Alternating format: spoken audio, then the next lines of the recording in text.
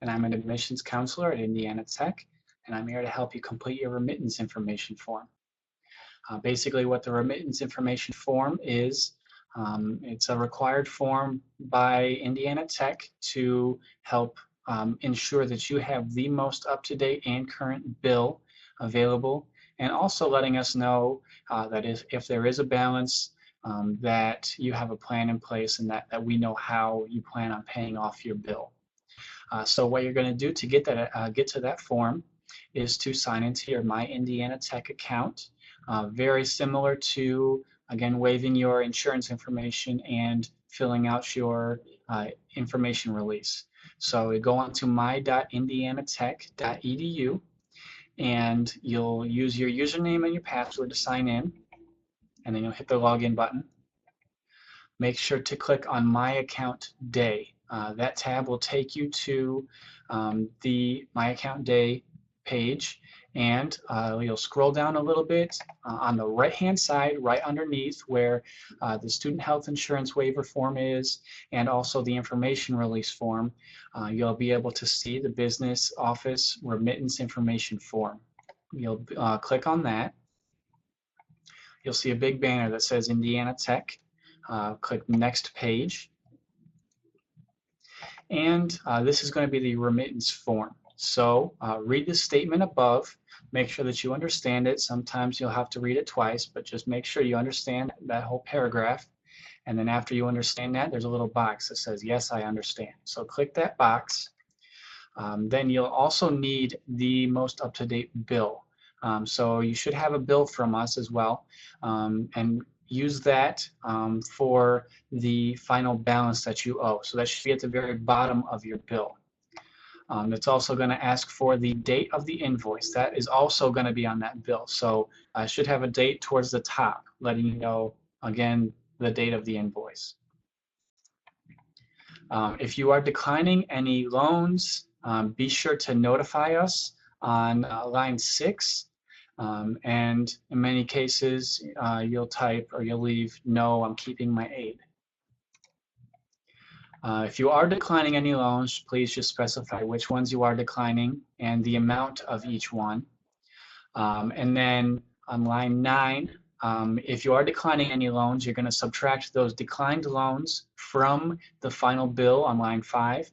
But if you're keeping all of your aid, just bring that exact number from line 5 down to line 9. Lastly, you're basically going to select how you are paying your balance, if there is one, and if you have a credit balance, basically just type that you have a credit balance, and that is unnecessary. So after you've completed all that, you'll click next page. Lastly, just verify that all the information is correct and click submit form. Now, we're also going to walk you through a quick portion of this as well. I've made a mock-up bill, and we're going to basically just go through the entire remittance form.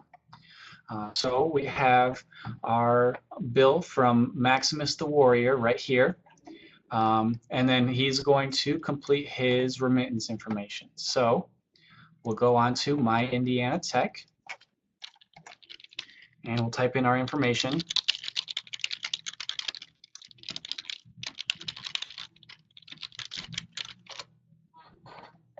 Okay, so after you've typed in your information, click My Account Day. And again, you will scroll down just a little bit where it says Student Requests. And on the right-hand side, you'll see Business Office Remittance Information Form. So click on that. Here is the big Indiana Tech banner. So you'll click Next Page. And here's the remittance form. So be sure that you are reading this here. Read all of this. Make sure you understand it.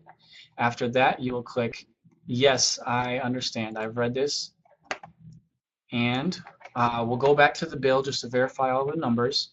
So Maximus the Warrior currently owes us $2,078. So where it says total 2014-2015 balance due, we'll type in 2078.00. Now, I do like to add the 0.00 just to be safe. And then also the date on the student invoice. It is up here. It says August 12th, 2014. So be sure to add that in here as well. So we're going to scroll down a little bit. Maximus the Warrior has decided he wants to keep all of his financial aid that he's received. So he's collecting no, or he's selecting no, keeping aid. And this part here is, again, just for declined financial aid only. So line 7 says description of declined aid. So if you are declining any loans, be sure to describe exactly which ones you are declining. And then also the declined aid amount. In Maximus's case, he is not declining anything. He's going to keep all of his loans. So line 9, because he is keeping his loans, this will be the exact same.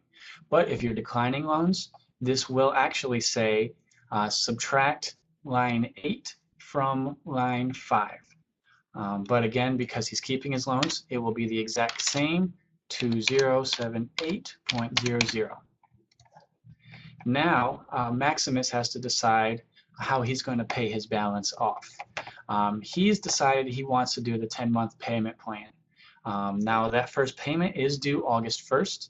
The second payment is going to be due September 1st. If you're filling this out after August 1st, be sure to get that payment in as soon as possible. There won't be any late charges, but just keep in mind that the second payment is due September 1st.